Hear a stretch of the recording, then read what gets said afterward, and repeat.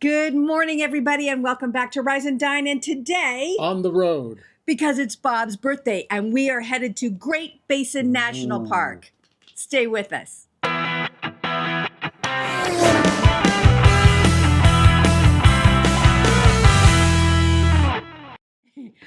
Good morning, everybody, and welcome back to Rise and Dine.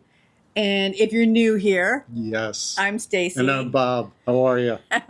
And normally we are showing you awesome places for breakfast all over Las Vegas. But today is a special one. It's an on-the-road episode, and we went traveling for Bob's birthday last week. Yes, and thank you for the well wishes. If you're new to the channel, welcome, and please subscribe, like, share, do all those good things. Please, please, please. If you're a fan, a follower, a supporter, we love you and thank you, and we hope we have new supporters and followers and all that good stuff. So today, we're going to tell you all about the trip last week to Great Basin National Park. How awesome that was. Which is great. And we're telling you while we have coffee, breakfast. because you know, if you follow us, you know how much coffee means to us. And I got to say, our favorite coffee is Costco. Pacific Blend, give you Costco. Pacific Blend, Costco, Kirkland coffee in the little K cups. Lots of K's in that sentence, but it's awesome. And thank you, Christine, for turning me onto this many years ago, and it remains our favorite. And because it is a breakfast show, we are having breakfast while we speak to you all. Italian style, because it's pastry.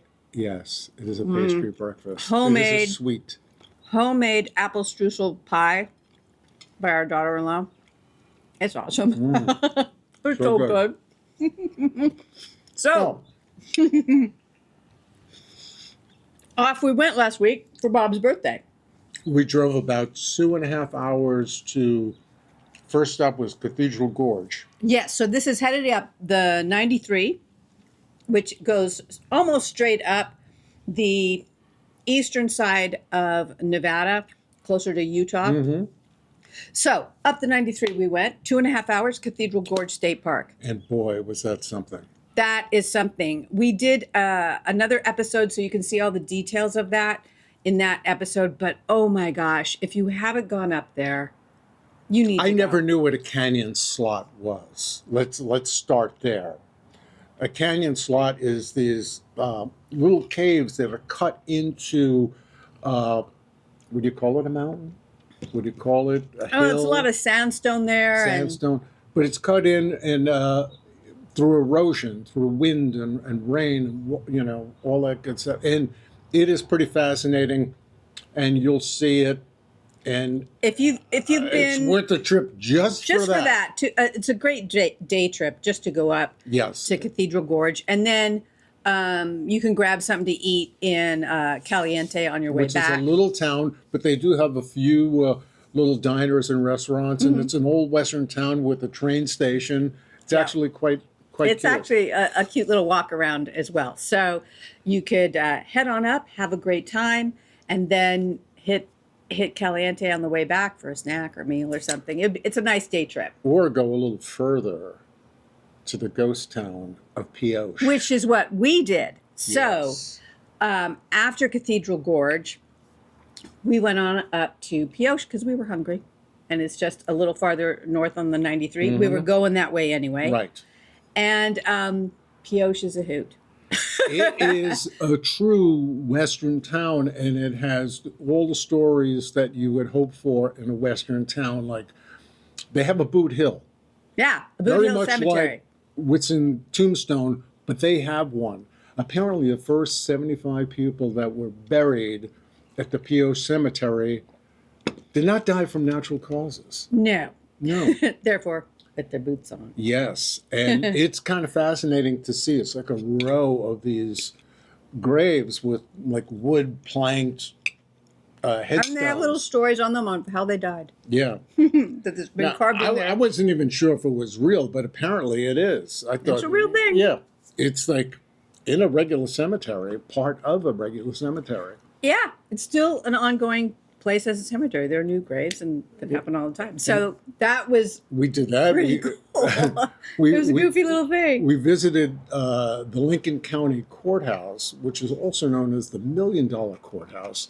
And we did a segment on that. And it's kind of fascinating how a building that was originally constructed, they borrowed money to construct it, $16,000. By the time they paid it off in 1930, construction started when? In Again. 1870 something? 79. Something I want like to say that. 79. You'll see it's in the video, that particular video. And it goes through, they pay off the debt. Well, they don't pay off the debt. They accumulate They debt. keep sort of refinancing. Refinancing. And by time 1930 comes, when they're paying it off, it's $1 million. They paid $1 million. So for how it, does 16,000 balloon up to, that's bad financial advice for you financial people out there. How do you start with the $16,000 debt and you go up to $1 million? Corruption, fraud, all that good stuff.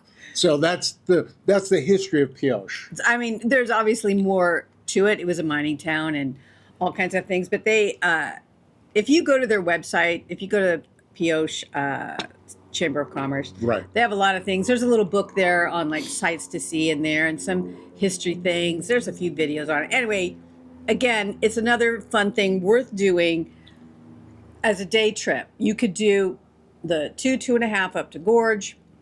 Maybe you don't stop in Caliente. You go up to Pioche and check that out, wander about, and then the come Silver back. Star Diner or Silver Star Cafe. Silver Cafe. Been there since 1907. 1907. So And- that's what we did, and that was pretty darn fun and surprising because it wasn't on our plan of where we were going to stop that day. No. You keep it free flowing. We don't know. You where got we're to. gonna When go. you're on the road, and we love a road you trip. go and you pull over what looks interesting. That's the whole thing about a road trip. You know, it's not necessarily the destination, but the journey. And this was a great stop. So from there, it was another 2 hours, maybe a little more, up to Ely, which is at the 93 and the 50. The 50 is known as the loneliest highway in America. And it goes all the way west. And that goes the border of Utah to east-west across Nevada through the middle. But Nevada's full of mountains, so the road kind of that's not a straight line. And there's nothing on it. That's why it's the loneliest highway. And I will say this as a practical thing, just information for you, for anybody that has not gone up into Nevada. Vegas is as far south just about as you can get, maybe Boulder City. But if you go, you got to realize this is a big, wide open, there's nothing there kind of state. Reno, Vegas, and a few, Ely, Elko, a few a lot other of public land in open, between. empty space. That means no cell service. None. So your little maps thing in your car, Go back to paper. you need your paper map It's if you're now really worried analog about time. it. So, Yeah. but on the other hand, these long highways, it's I don't know how you'd get lost really, because there aren't a lot of places to go besides the highway you're If on. you break So down, well, that's a whole other story. that's a thing, and there are a lot of 2-lane highways. So if you get stuck behind a truck, you got to be comfortable making that passing. Some people don't like that. So we checked into the Holiday Inn in Ely. We didn't have a lot of choices in Ely, but the Holiday Inn, and we're going to do a full review of that hotel right. in an upcoming video. Yeah, we'll drop but that that's one where soon. we stayed. And it was very nice. Lovely. It really was a Holiday It Inn looked Express. practically and new. They had breakfast, and it's a good thing because the town of Ely did not have a lot of food choices. Not a We'll just lot, throw but out. it looks like they're doing They their best should, to kind of revitalize or make it a Jerome, Arizona kind of idea, or maybe like a Bisbee kind of a. I don't know. They're working on it. They're working. But if you want to stay in a hotel within distance to Great Basin, this is where you need to That's stay. where you go. So we we'll- did that, we'll- and then the next day. The next day, we We forgot dinner. Speaking of not so much food to choose from, there was really I think one place right next door to the Holiday Inn Express It's was another little hotel. the Prospector Hotel and Casino, which is really kitschy and actually Yeah. kind of cool looking. It's pretty fun. So, And they had a Mexican restaurant in there that was fine, and I think we ate there twice because that was the only game in town. and the person at the desk said, go to the Pioneer. We just send everybody there. Yeah, so it's Okay. right. I said Prospector. Is it Prospector or Pioneer?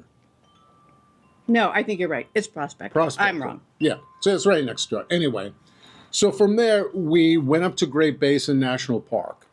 Yes. And it's just beautiful. We went up to, I think the tallest peak is what, 13,000? Yeah, Wheeler Peak, So we went up about 10,000. 10,000. We were hiking at what level? 9, 8 or 9? No, we were at 10. We were at 10, we were hiking. Because I was having a tough time with, the air, the thinness of the air. It was like, I was breathing heavy.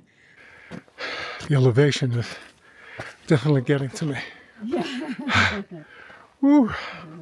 There's a nice scenic drive Yes. through it. So if you don't want to hike and you You just don't want to have to. go see something beautiful, do that. And they have a nice visitor center Yes. and a lot of ranger.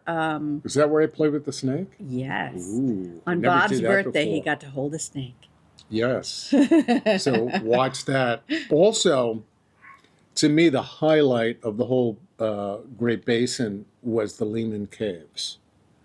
Now, the Lehman Caves started, well, you tell them the story. This guy, I forget his first name, but Lehman is Lehman. his last name. He was a rancher, and he kind of discovered that he had caves on his property, and he was charging, what, $1 a day? for 24 hours. 24 hours, he would give them a candle.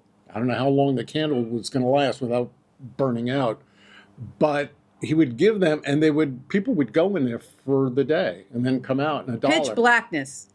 Yeah, because we We took the tour. We took the and tour, You and it was- totally have to do that. But here's the other part. So yes, that was in the Yes. 1800s that he stumbled on this cave on his property in some way. There are a lot of funny tales that the rangers will tell you about how he might have found this cave. But once he did, and kind of didn't- figured out I'm that eating. people Keep wanted to talking. see it, go right ahead. It's breakfast. And charging people $1 with the candle. But then later in the 20s, in 1921, it became a national monument. Mhm. I think he passed and maybe left the property. I'm not sure exactly, but in 21, it became a national monument. So then when Great Basin was made a national park, that wasn't until 1986. Yes, it's a new national park and not a very big one. And they incorporated the Lehman Caves National Monument into the park. So they have their own visitor center Yes. that is very nice. There's a cute little cafe there also. And there And are... is that original cabin? Was that his cabin that we No, walked that through? was just, there's a a cabin? cabin right there that the one place to stay there back in the 20s was this little place with cabins, but they really were just some walls around a dirt floor and, It's a and a cabin. cot, Yeah. like this is the 20s. Yeah, it's the 1920s. But that's a great example, and there's a nice plaque there telling you about what you would have gotten for your money when you stayed there in the 20s.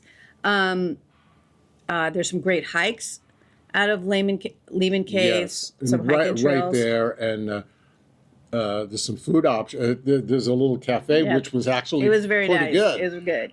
But the cave itself, it's all about the cave. Yeah, it's really great, The and they have cave a is phenomenal. variety of tours and tour lengths and all like that. And one of the highlights going in there is once you're in there, you're all given a little lantern for light, and the ranger has everybody turn off their light, and You think you know what darkness is until all the lights are out in the cave. yeah, Some people might not find that comfortable, I didn't really mind it. I don't know what that says about me, well, I but found it very peaceful. I thought it was very peaceful. But it's I- like, okay, so this is it. I Total have to darkness. admit to getting just a little disconcerted by the time, like it's not off that long. I don't know, 5-6 minutes maybe. if that. No, not even that long. But People would go, as I think it was thought like about 30 it, seconds or something. no, it wasn't. It seemed that. like an eternity, but But by the time, right before we turned our lights on, I was getting like, wow, this could be really, really, really upsetting, I think, left over time. But maybe. that was really neat. It was very cool. So that was the highlight there. I thought that was pretty phenomenal. Yeah. And then we, like you said, we drove up the scenic trail to the end of it, and that's at 10,000 feet. Yes. There are a number of overlook places where you can really see the peak and the other canyons. And this is fascinating. I didn't know there was a glacier up there. Yeah, I mean, it's a little bit. We were there in July. It's still July now, and it's still ice. Yeah, you can see it, and it's like, wow, a glacier in Nevada, in the middle of the state. It was like, that's interesting. What do I know? And if anybody's watching and you're in northern Nevada, you're probably just going, ugh, people in the South. Like there probably are plenty of glacier things up there somewhere. I don't know, but the Las Vegans of us, what do we know? But it was amazing and beautiful. And the hike we took was lovely. And there's streams. And yes, again, at 10,000 feet, even Ely is at 6,000 feet. That's a good 20 degrees cooler. So, but the foliage up there was beautiful. The trees. So it was a perfect day. Really incredible. For me, one of the highlights, when we were done that, we got back to Ely, and that night we did, they have historical train rides. We did not know. We didn't know. And they're usually steam locomotive trains that pulls cars, Pullman cars. And they had an open car. So we did this thing, it was called a Sunset Champagne ride. And then when it gets dark, you do stargazing. And they had two astronomers from Caltech. Yeah. And two young doctors, and they were pretty smart, and they had laser pointers, and they were showing us, and there's Ursa Major, and Ursa Minor, and the Big Dipper, and Cassiopeia, and this and that. Oh, there goes the space shuttle, going by. Space station, not the space shuttle. The International Space Station. Mm-hmm. Yeah, going across. Apparently, that goes around the Earth every 90 minutes. Who knew? I had no idea. And anyway, it was fascinating and so worth doing. The stars are incredible. Ely is, and the surrounding area, including Great Basin, is part of a dark skies community. Right. So there's not too much light out there. Yeah. There's not too much anything out there. This is true. So we got to see the Milky Way. Yeah. And, oh, wow. That was something. And that was beautiful. And that was probably my only demand of the trip. I said, I'm seeing stars. I don't know, care how. Typically she would drive me out to the middle of a desert, leave me there. I'm a city guy, okay? I'm a city guy. I go into a desert, I'm thinking coyotes, saber-toothed tigers, anything gonna come and take me away.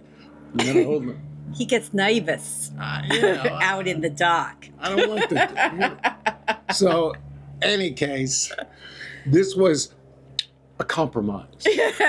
And it was an amazing surprise because we had no idea that was there when we went to Ely. So it's called the Nevada Northern Railway. It's a historic railway station and trains.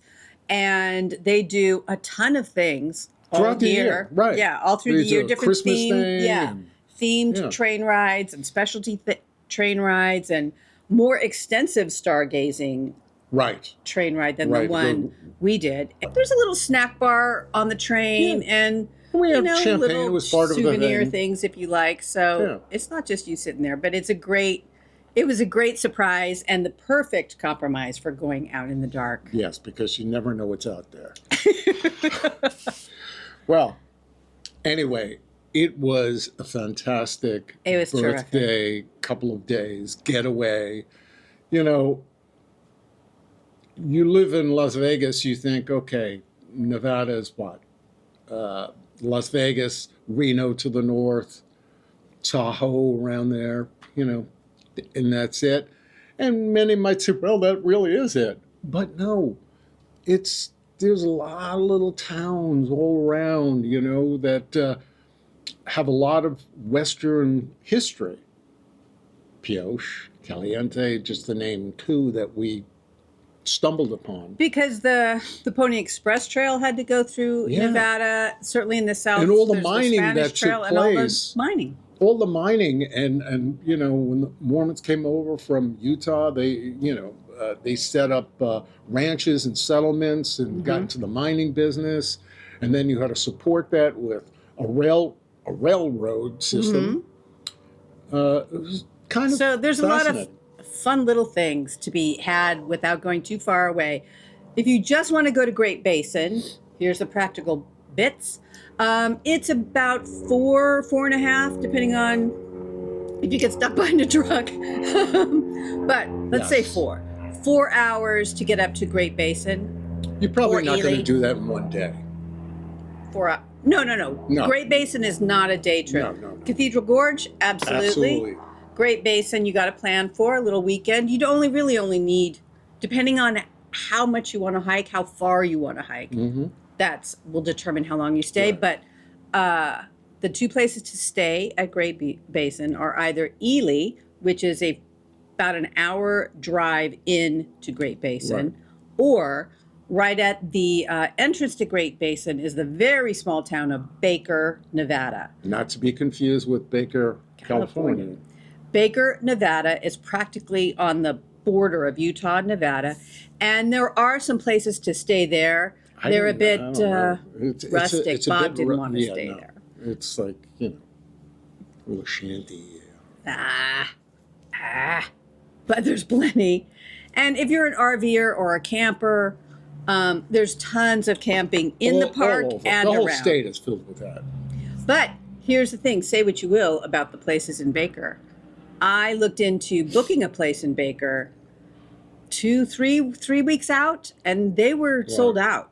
So say what you will, loads of people stay there. There's 3 or 4 places. And again, they're pretty rustic. It's a very basic town.